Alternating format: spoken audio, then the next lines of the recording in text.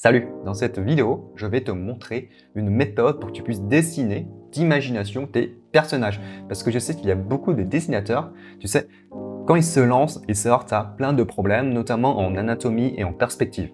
Mais aujourd'hui, ce que je vais te montrer, c'est que tu n'as pas besoin d'une maîtrise totale ou moyenne de ces notions-là. Attention, je ne dis pas qu'ils sont inutiles, je dis que pour inventer des personnages originaux, tu n'en as pas besoin. Ce que tu as besoin surtout, c'est une méthode bien spécifique qui va te permettre de copier intelligemment bien sûr, pour créer quelque chose de toute pièce, notamment en utilisant un support de référence. C'est par exemple très utilisé dans la conception de jeux vidéo. Ça a permis par exemple à transformer François Hollande en Docteur Octopus, mais c'est aussi applicable à la BD, à l'illustration, au jeu de rôle. Et donc, au sommaire de cette vidéo, ce que je vais te montrer surtout, c'est comment un professionnel dessine d'imagination avec l'exemple de Kim Jong-gi. Ensuite, je vais te montrer comment trouver les idées et savoir quoi dessiner pour être original avec cette méthode. Et enfin, je vais t'expliquer pourquoi copier, ça va améliorer ton dessin d'imagination et compenser pratiquement toutes tes faiblesses de dessin. Du coup, je pense que la première chose à savoir quand tu veux dessiner d'imagination, c'est déjà au moins de savoir comment les pros font. Avec l'exemple de Kim Jong-gi, tu sais, c'est le mangaka qui est super connu, qui a une maîtrise absolue du dessin, où il te fait des fresques débordantes de détails avec juste son couteau et son pinceau. Et dans son interview sur la chaîne de Proco, il nous explique que dessiner d'imagination, c'est avant tout du dessin de mémoire. Je le cite, « Je me suis entraîné pour pouvoir me souvenir des images. L'habitude de toujours observer permet de se souvenir davantage. Et si je comprends le sujet, je pourrais le réutiliser. » Du coup, si on peut comparer Kim Jong-gi à un physicien, tu sais, le physicien, par exemple, pour créer une nouvelle matière, il va utiliser des formules mathématiques. Et pour apprendre ces formules mathématiques, tu sais, il a étudié énormément la réalité, il a fait une démarche scientifique pour la comprendre, il a énormément étudié tout ce qui se passe autour de lui. C'est-à-dire qu'il a passé tout son temps à décoder la réalité pour ensuite la résumer en théorie. Et à partir de ces théories-là, il va pouvoir créer de nouvelles matières. Et c'est pareil pour le dessinateur finalement, c'est que pour inventer des personnages d'imagination, tu dois déjà apprendre à bien observer la réalité. Donc plus tu as de connaissances par les éléments observés dans le réel, alors plus tu as d'informations stockées dans ta mémoire pour pouvoir dessiner d'imagination.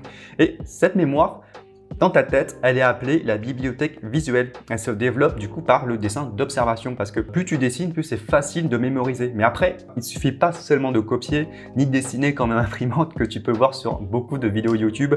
C'est surtout comprendre les formes de l'objet et son fonctionnement qui est important. Et comme dit Kim, il est important de dessiner beaucoup, mais je crois que comprendre ce que vous dessinez est plus important. Une fois que vous avez compris le sujet, vous pouvez vous en souvenir plus longtemps, manipuler et appliquer dans votre propre design.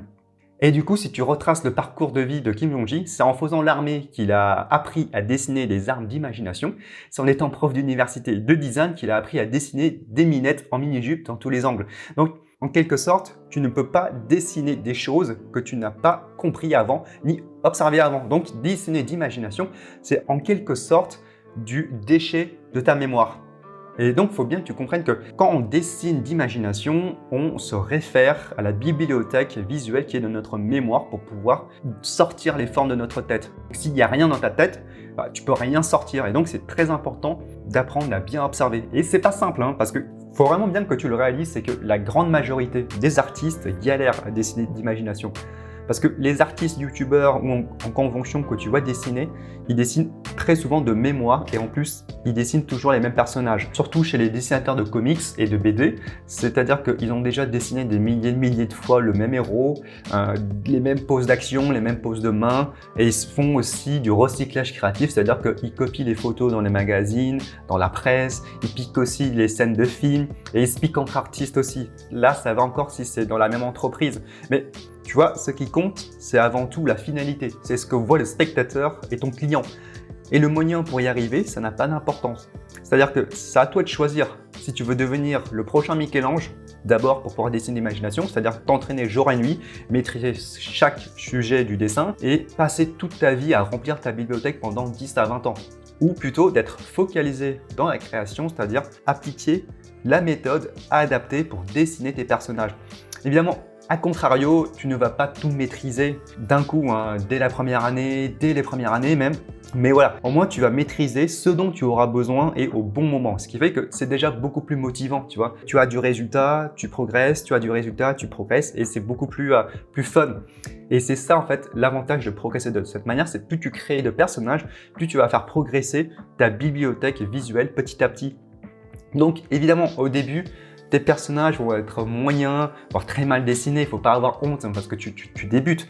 Dis-toi que tu progresses et tes personnages aussi, en termes de visuel, vont progresser avec toi. Et tu vas progresser beaucoup plus vite parce que déjà, tu évites les sujets inutiles.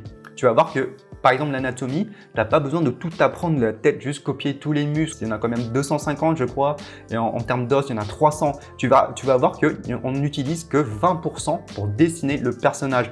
Donc, en quelques mois, avec la bonne méthode, tu peux déjà inventer ton premier personnage. Et je vais t'en donner des exemples avec mes propres personnages sur cette chaîne dans les semaines à venir. Hein. C'est notamment dans un univers celtique avec un druide et des champignons que tu me vois en train de dessiner. Si tu veux découvrir la réalisation de ce projet, abonne-toi maintenant. Parce que je vais développer plein d'autres personnages comme l'antagoniste, hein, qui est la méchante sorcière, ses sbires, et tu as aussi les personnages secondaires, les animaux de compagnie, etc., etc. Je vais essayer de te partager au maximum mon avancée. Après, il faut bien qu'on soit clair, je ne vais pas te montrer des techniques de dessin. Ça, je laisse aux autres youtubeurs et les livres grand public te montrer comment apprendre à dessiner. Moi, ce que j'aime le plus, c'est créer des personnages. Et vraiment, moi, j'utilise le dessin comme un outil pour créer des univers et des personnages, des environnements. Voilà.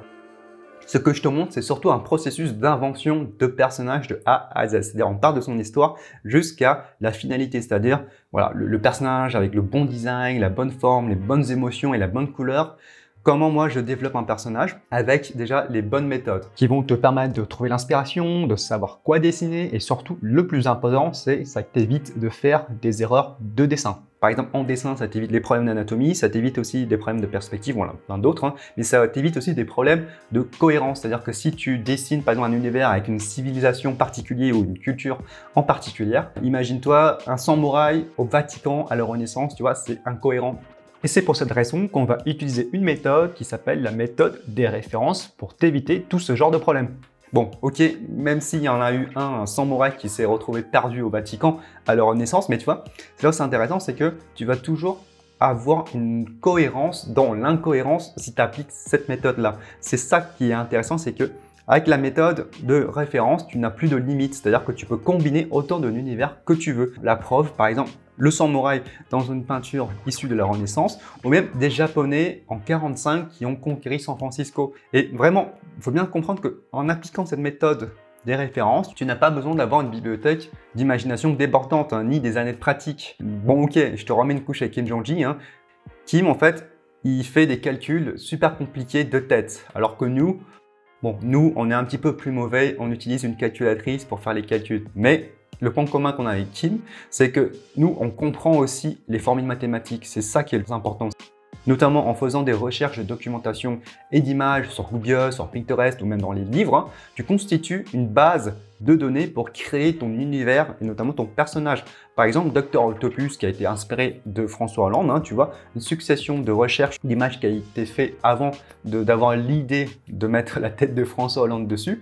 Il y a eu énormément de d'essais, de tests et surtout de recherches technologiques dans le travail des designers, par exemple juste avec cette main robotique, tu vois, à droite, hein, dans le document officiel que tu envoies au client, il y a les références pour qu'on puisse vraiment savoir où le designer est parti chercher ces informations-là. Du coup, pour mon druide, tu vois que si tu regardes de plus près, je me suis inspiré pour le nez de celui de Depardieu. Et même pour la coupe de cheveux, c'est un assemblage de plusieurs idées, c'est-à-dire déjà de la crête d'un sanglier et aussi de la coupe de cheveux de Neymar pour le détailler. Même pour la barbe, hein, c'est les défenses de Facochère pour avoir un rappel de forme, c'est-à-dire que avec la crête et les défenses, ça fait penser à un sanglier. Et aussi, je me suis inspiré d'une photo d'un barbu pour faire sa barbe. Tu vois, si ça a été un projet professionnel, j'aurais envoyé les références avec le personnage. Et finalement, rien n'est venu exclusivement de moi pour inventer ce personnage. Hein. J'ai fait que copier des idées sur Internet et je les ai assemblées. Et quel que soit ton niveau de dessin, tu peux le faire très facilement. Et je te sors une petite citation de Steve Jobs, qui est le créateur d'Apple, c'est que la créativité consiste à relier les choses. Lorsque vous demandez aux gens créatifs comment ils ont fait, ils se sentent un peu gênés parce que, en réalité, ils ne l'ont pas inventé, ils ont juste découvert comment les choses sont. Par exemple, mon guerrier en armure, j'ai notamment fait des recherches pour comprendre déjà comment fonctionne une armure, dessiner d'observation beaucoup de ces armures. Et tu vois, les résultats que j'ai eus, c'est que j'ai pas seulement eu un personnage, mais en faisant le processus, j'ai augmenté mes connaissances sur le sujet parce que j'ai étudié en profondeur pour les dessiner. Et en retour, ça a aussi nourri ma bibliothèque visuelle.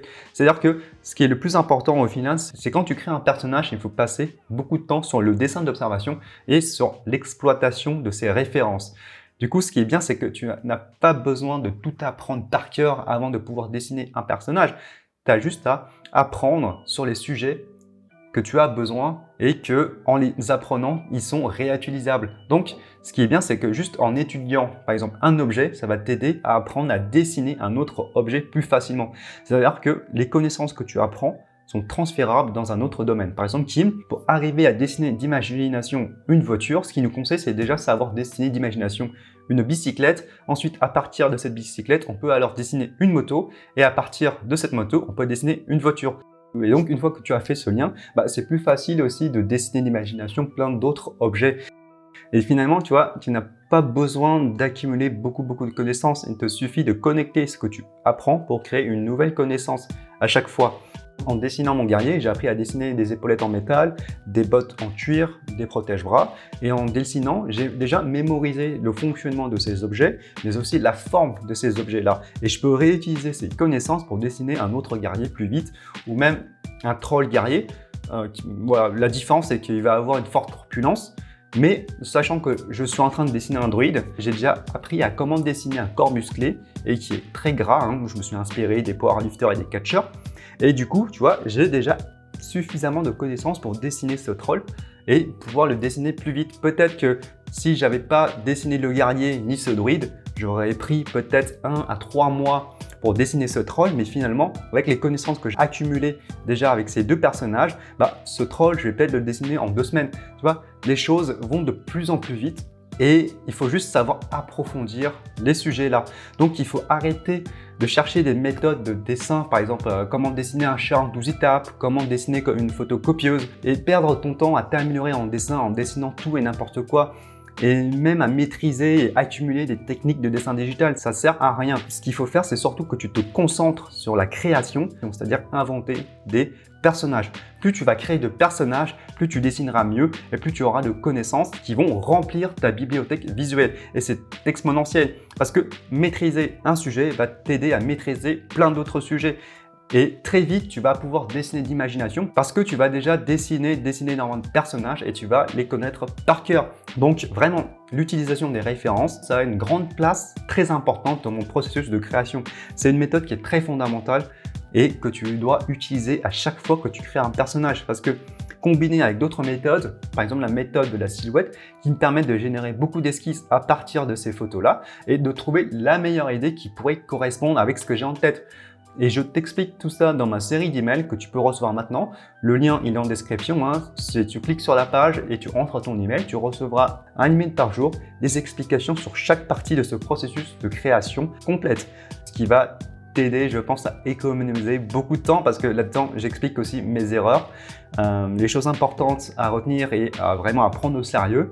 Là-dedans, tu verras aussi mes 10 ans d'expérimentation de l'école d'art et aussi comment moi j'ai travaillé en entreprise de jeux vidéo.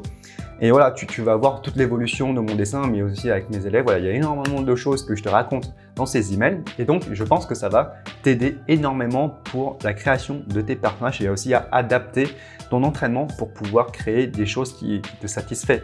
Du coup, je te dis à tout de suite dans ces emails-là et je te dis aussi à la prochaine où on se verra pour le développement de mes personnages. Salut!